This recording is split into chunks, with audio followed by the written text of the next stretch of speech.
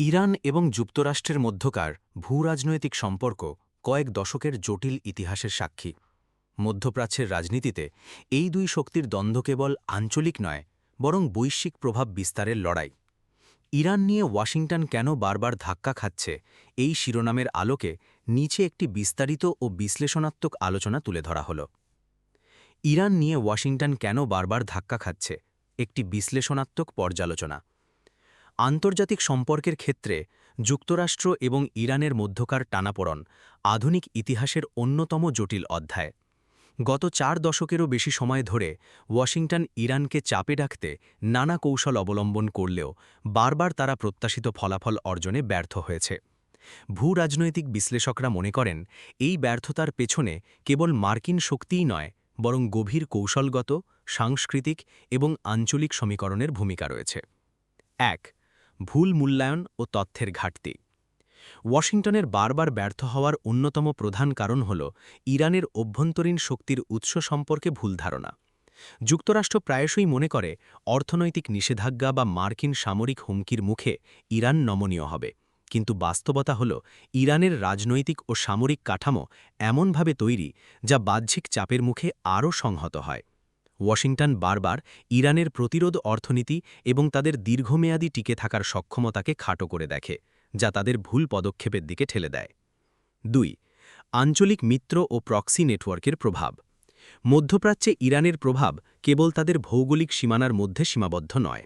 লেবাননের হিজবুল্লাহ, ইরাকের বিভিন্ন মিলিশিয়া গোষ্ঠী, ইয়েমেনের হুথি এবং সিরিয়ার বর্তমান রাজনৈতিক পরিস্থিতির সাথে ইরানের গভীর সংযোগ রয়েছে। একে অনেকে প্রক্সি নেটওয়ার্ক হিসাবে অভিহিত করেন। যখনই ওয়াশিংটন ইরানের ওপর চাপ সৃষ্টি করতে চেয়েছে, ইরান তার এই আঞ্চলিক মিত্রদের মাধ্যমে পাল্টা কৌশল অবলম্বন করেছে।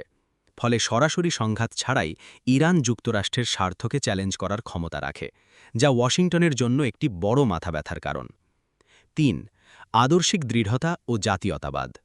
ইরানের পররাষ্ট্রনীতি কেবল কৌশলগত স্বার্থের ওপর ভিত্তি করে নয়, বরং তাদের আদর্শিক অবস্থানের ওপর ভিত্তি করেও চলে। 1979 সালের বিপ্লবের পর থেকে ইরান নিজেকে পশ্চিমা আধিপত্যের বিকল্প হিসাবে উপস্থাপন করে আসছে। এই আদর্শিক অবস্থান ইরানের সাধারণ জনগণের একটি বড় অংশের মধ্যে জাতীয়তাবাদী চেতনাকে উদ্দীপিত করে। যখনই ওয়াশিংটন কঠোর পদক্ষেপ নেয়, তখন সেটা অনেক সময় ইরানের অভ্যন্তরে সরকার বিরোধী মনোভাব তৈরির পরিবর্তে জাতীয় ঐক্যকে শক্তিশালী করে, যা ওয়াশিংটনের মূল লক্ষ্যকে ব্যাহত করে। 4. চীন ও রাশিয়ার নতুন সমীকরণ। বর্তমান বিশ্ব রাজনীতিতে মেরুকরণ পরিবর্তিত হচ্ছে।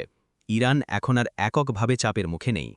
চীন ও রাশিয়ার সাথে ইরানের সামরিক ও অর্থনৈতিক সম্পর্ক ওয়াশিংটনের প্রভাবকে দুর্বল করে দিয়েছে। নিষেধাজ্ঞার কবলে থাকা সত্ত্বেও ইরান এই দেশগুলির মাধ্যমে তাদের অর্থনৈতিক ও সামরিক সক্ষমতা বজায় রাখতে সক্ষম হয়েছে। মার্কিন একপাক্ষিক নীতির বিপরীতে ইরান এখন একটি শক্তিশালী বহুপাক্ষিক বলয়ে নিজেকে যুক্ত করেছে, যা মার্কিন নীতিকে অকার্যকর করে দিচ্ছে। 5. সমাধানের পরিবর্তে কেবল সংকটের ব্যবস্থাপনা। যুক্তরাষ্ট্রের নীতি বারবার সমাধান খোঁজার চেয়ে সংকট ব্যবস্থাপনা বা ক্রাইসিস ম্যানেজমেন্টের দিকে বেশি ঝুঁকেছে। দীর্ঘস্থায়ী আলোচনার মাধ্যমে কোনো স্থায়ী চুক্তি বা স্থিতিশীলতায় পৌঁছানোর চেয়ে ওয়াশিংটন দ্রুত ফলাফল বা রেজিম চেঞ্জের মতো পথে হাঁটার চেষ্টা করেছে, যা বারবার ব্যর্থ হয়েছে।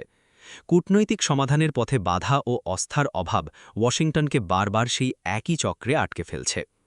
পরিশেষে বলা যায়, ইরানকে নিয়ে ওয়াশিংটনের বারবার ধাক্কা খাবার মূল কারণ হল পরিস্থিতির জটিলতাকে সরলীকৃত করার চেষ্টা করা।